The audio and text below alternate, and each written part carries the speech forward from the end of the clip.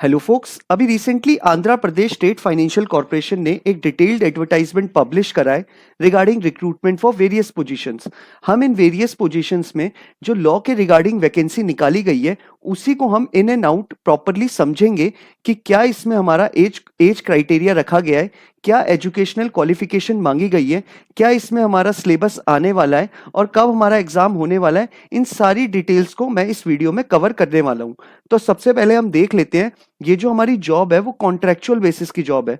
तो मतलब ये 36 महीने 36 मंथ्स के लिए आपका ये कॉन्ट्रैक्ट बनाएंगे, 3 साल के लिए ये आपका कॉन्ट्रैक्ट बनाएंगे।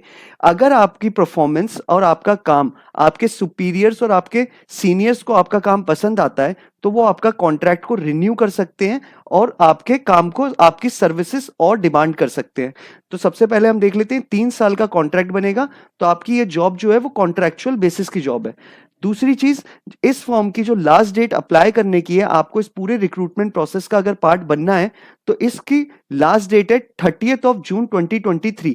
30 जून 2023 से पहले आपको ये फॉर्म फिलअप कर देना है और आपको अपनी पूरी फॉर्मेलिटीज कंप्लीट कर देना है जो भी रजिस्ट्रेशन में प्रोसेस में मांगी गई है। तो ये आपका 12 बजे से पहले, आपको 30 जून 12 बजे से पहले आपको ये फॉर्म फिलअप कर देना है।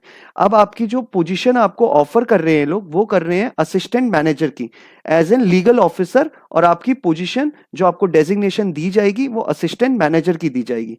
तो एज एन लीगल ऑफिसर आप काम करेंगे और जो आपका डेजिग्नेशन होगा वो असिस्टेंट मैनेजर का होगा। अब जो इसमें ये आपको रेम्यूनरेशन और जो सैलरी प्रोवाइड करने वाले हैं वो 35,000 रुपीज पर मंथ है।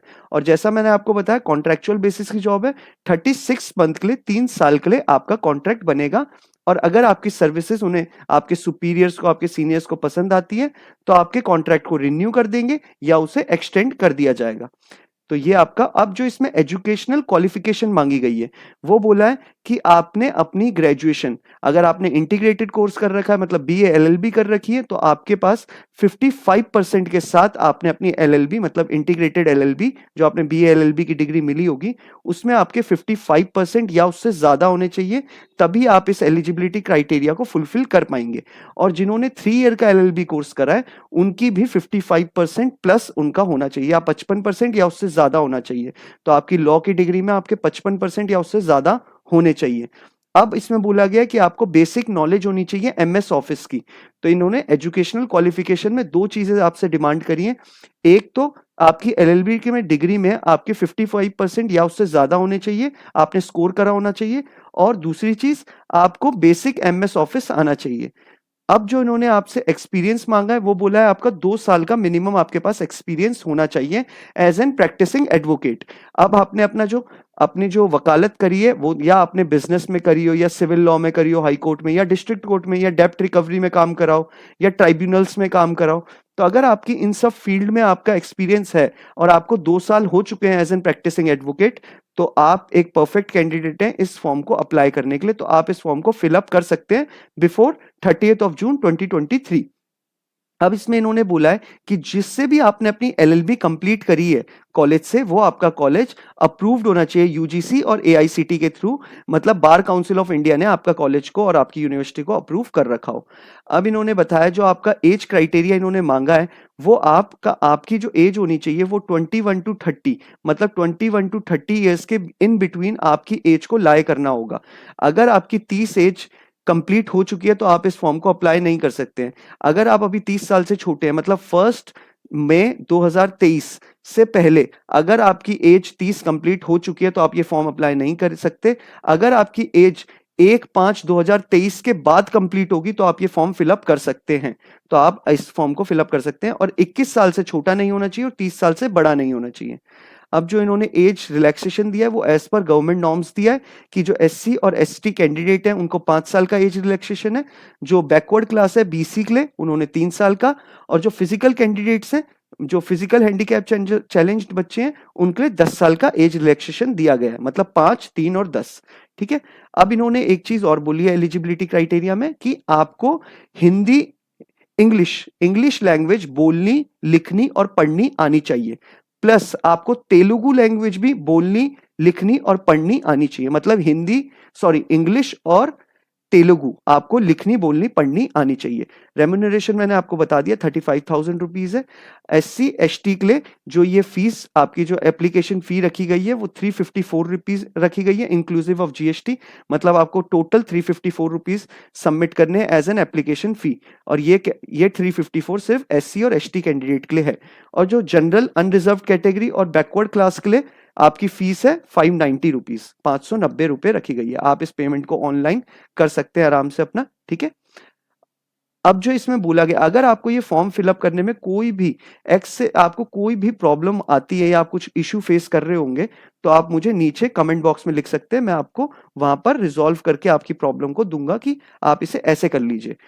अब जो इसमें सिलेक्शन प्रोसीजर रखा गया है वो रखा गया है, आपका जो ऑनलाइन टेस्ट होगा वो टोटल 200 नंबर्स का होगा, मतलब 200 मार्क्स का आपका होने वाला है। और इसमें बोला गया है there shall be negative marking for wrong answer, मतलब नेगेटिव मार्किंग होने वाली है आपके एग्जाम में। 200 नंबर का मार्क्स का आपका एग्जाम होगा। और इसमें बोला गया है जो आपके लॉ के लिए जो मांगा गया है, लॉ में जो आपसे जो टेस्ट में आएगा, सबसे पहले लॉ के रिगार्डिंग प्रोफेशनल नॉलेज आएगी आपकी, मांगी गई है। रीजनिंग बोला है, क्वांटिटेटिव एप्टीट्यूड बोला है, जनरल एंड फाइनेंशियल अवेयरनेस बोला और इंग्लिश बोला। अब देख लेते हैं कितने कितने नंबर का ये सब आने वाला है। जो आपकी प्रोफेशनल नॉलेज है, मतलब जो लॉ के रिगार्डिंग क्वेश्चन आएंगे वो आपके 70 क्वेश्चन आएंगे। हर क्वेश्चन 2 नंबर का आएगा तो वो आपके टोटल मार्क्स बनाता है 140। तो आपके 140 नंबर के आपके अपने फील्ड से क्वेश्चन आने वाले हैं, तो आप अपनी फील्ड के क्वेश्चन को ज्यादा अच्छे से प्रिपेयर करिएगा। फिर उन्होंने बोला है कि आपको रीजनिंग के 15 नंबर के क्वेश्चन आने वाले, 15 ही क्वेश्चन 15 नंबर के, मतलब एक एक नंबर के। क्वांटिटेटिव एप्टीट्यूड 15 नंबर के 15 क्वेश्चन, इंग्लिश के 15 नंबर के 15 क्वेश्चन, और general awareness and financial awareness के 15 नंबर के 15 क्वेश्चन। ये आपके जो जनरल एंड फाइनेंशियल अवेयरनेस का होगा वो बेसिकली ज्यादा क्वेश्चन आपके MSMEs के रिगार्डिंग आएंगे। तो टोटल आपका 2 घंटे का एग्जाम होने वाला है 120 मिनट्स का, और मैक्सिमम मार्क्स 200 नंबर में से होगा, और ये टेस्ट आपका ऑनलाइन होने वाला है, ठीक है। अब इसमें हम देख लेते हैं कि हमारा इन्होंने इसमें रिटन टेस्ट में और क्या बोला। आपका जो रिटन टेस्ट बोला इन्होंने, आपका ये नेक्स्ट मंथ ही कंडक्ट कराया जाएगा। मतलब आप इस मंथ की अपनी 30 तारीख से पहले फॉर्म फिलअप करेंगे और नेक्स्ट मंथ ही आपका एग्जाम कंडक्ट करा लिया जाएगा।